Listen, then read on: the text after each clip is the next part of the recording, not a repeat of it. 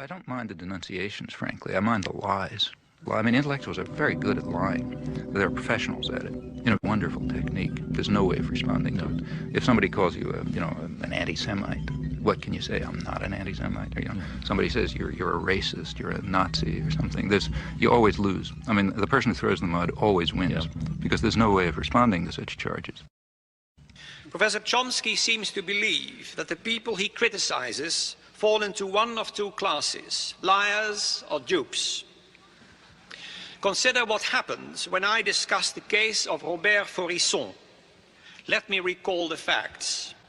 Let's not go into details, please, because the details happen to be important. Yes, but I have only one question on the Faurisson question. Do the facts matter or don't they matter?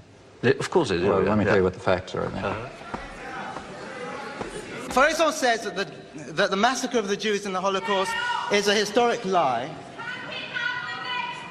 No, this is an important one. It has a lot to do with the topic. Your views are extremely controversial, and perhaps one of the things that has been most controversial and you've been most strongly criticized for was your defense of a French intellectual who was suspended from his university post for contending that there were no Nazi death camps in World War II. My name is Robert Faurisson. I am 60. I am university professor in Lyon, France. Behind me, you may see the courthouse of Paris, the Palais de Justice. In this place, I was convicted many times at the beginning of the 80s. I was charged by 9 associations, mostly Jewish associations, for inciting hatred, racial hatred, for racial defamation, for damage by falsifying a story. Professor Chomsky and a number of other intellectuals signed a petition in which Faurisson is called a respected professor of literature who merely tried to make his findings public. Perhaps we can start with just the story of Robert Faurisson and your involvement.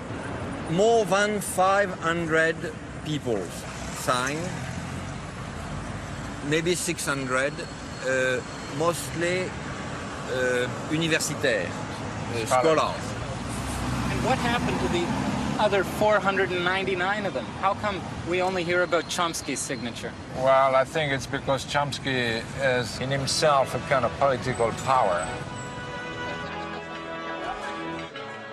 I signed a petition calling on the tribunal to defend his civil rights.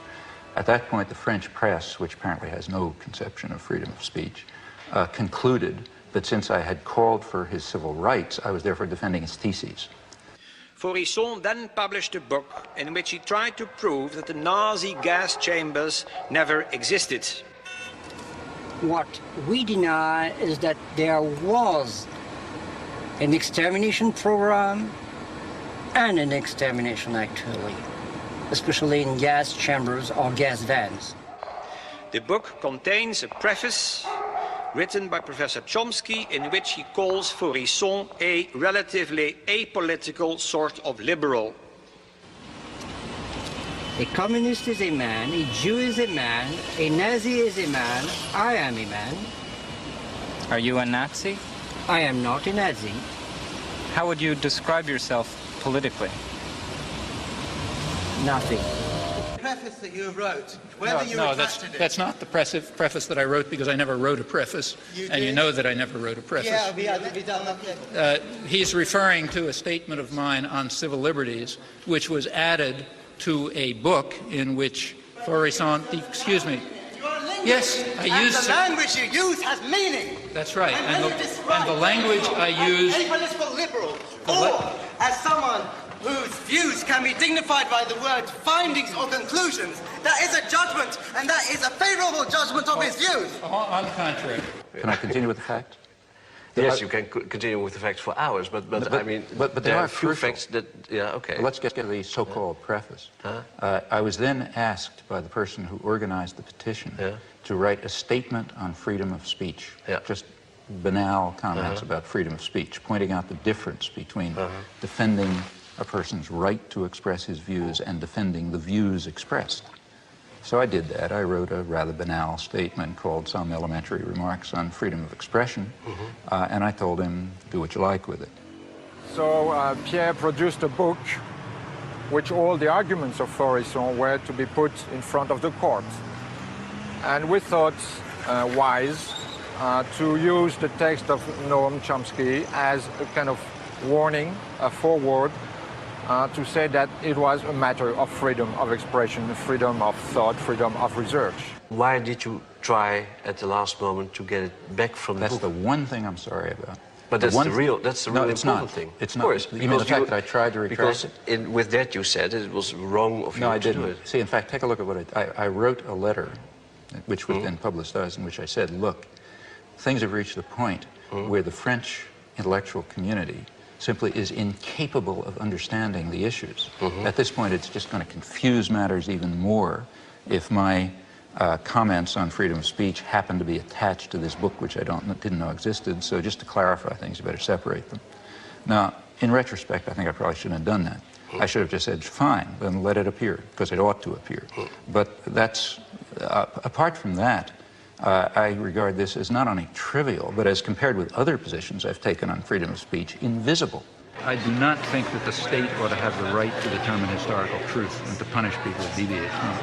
I'm not willing to give the state that right, even if they happen to But are you denying that the gas chambers ever existed? But I'm saying if you believe in freedom of speech, you believe in freedom of speech for views you don't like. I mean, Goebbels was in favor of freedom of speech for views he liked, right? So was Stalin. If you're in favor of freedom of speech, that means you're in favor of freedom of speech precisely for views you despise. Otherwise, you're not in favor of freedom of speech. There's two positions you can have on freedom of speech. Now, you can decide which position you want. With regard to my defense of the utterly offensive, the people who express utterly offensive views, I haven't the slightest doubt that every commissar says, you're defending that person's views. No, I'm not. I'm defending his right to express them. The difference is crucial, and the difference has been understood outside of fascist circles since the 18th century. Is there anything like objectivity, scientific objectivity, reality? As a scientist, look, I'm not saying I defend the views.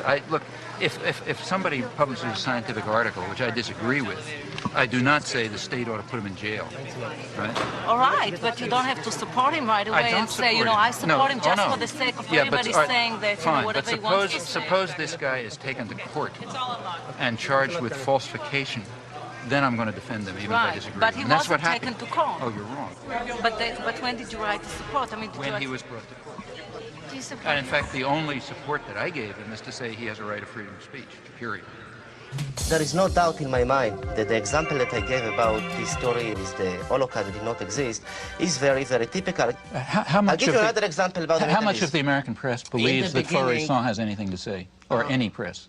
How much of the press in France? Since I followed... What percentage would you say? I'll tell you. Is it higher than zero? Is it higher than zero? I'll tell you. Have you ever seen anything in any newspaper or any journal saying that this man is anything other than a lunatic? I'll try to answer. I'll try to answer. I think that I just followed the case. That's a simple question. I followed the case 5 or 6 years ago, and I happened to see that Noam Chomsky was in for strong criticism even from some of his supporters for doing something which could be interpreted only in terms of a campaign against Israel. Going back years, I am absolutely certain that I've taken far more extreme positions on people who deny the Holocaust than you have. For example, you go back to my earliest articles and you'll find that I say that even to enter into the arena of debate on the question of whether the Nazis carried out such atrocities is already to lose one's humanity. So I don't even think you ought to discuss the issue if you want to know my opinion. But if anybody wants to refute Faurisson, there's certainly no difficulty in doing so.